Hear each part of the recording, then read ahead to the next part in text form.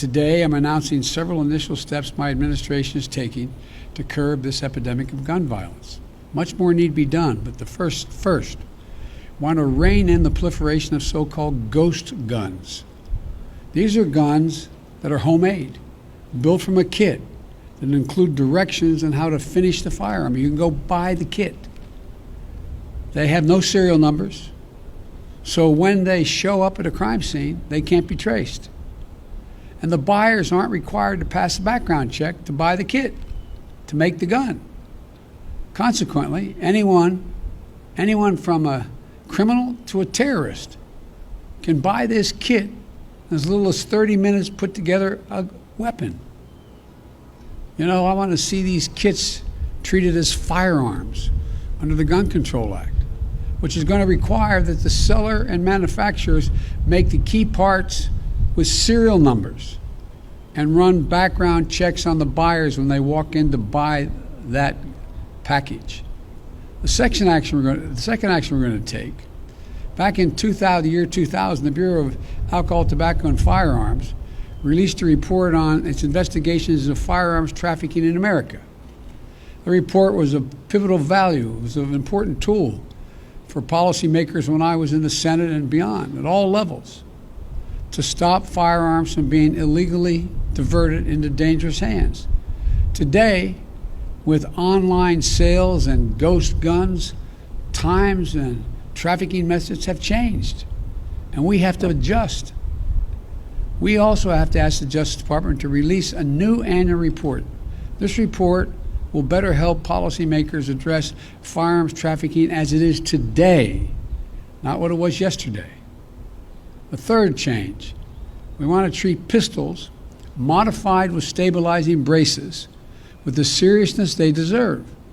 A stabilizing brace shook in a pencil essentially makes that pistol a hell of a lot more accurate than a mini rifle. As a result, it's more lethal, effectively turning it into a short-barreled rifle. That's what the alleged shooter in Boulder appears to have done. I want to be clear that these modifications to firearms that make them more lethal should be subject to the National Firearms Act. The National Firearms Act requires that a potential owner pay a $200 fee and submit their name and other identifying information to the Justice Department, just as they would if they went out and purchased a silencer for a gun. Fourthly, during my campaign for president, I wanted to make it easier for states to adopt extreme risk protection order laws. They're also called red flag laws, which everybody in this lawn knows, but many people listening do not know.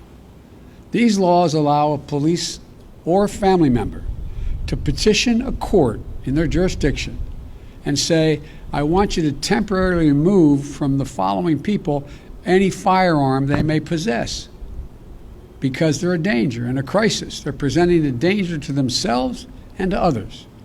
And the court makes a ruling.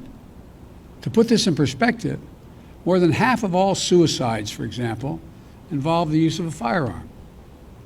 But when a gun's not available, an attempt at suicide, the death rate drops precipitously. States that have red flag laws have seen the reduction in the number of suicides in their states. Every single month, by the way, an average of 53 women are shot and killed by an intimate partner. I wrote the Violence Against Women Act. It's been a constant struggle to keep it moving. We know red flag laws can have significant effect in protecting women from domestic violence. And we know red flag laws can stop mass shooters before they can act out their violent plans. I'm proud, excuse the point of personal privilege we used to say in the Senate, I'm proud that the red flag law in my home state of Delaware was named after my son, Attorney General Beau Biden, our son, excuse me, Joe, who proposed that legislation back in 2013. I want to see a national red flag law and legislation to incentivize states to enact their own red flag laws. Today, I asked the Justice Department to publish a model red flag legislation so states can start crafting their own laws right now.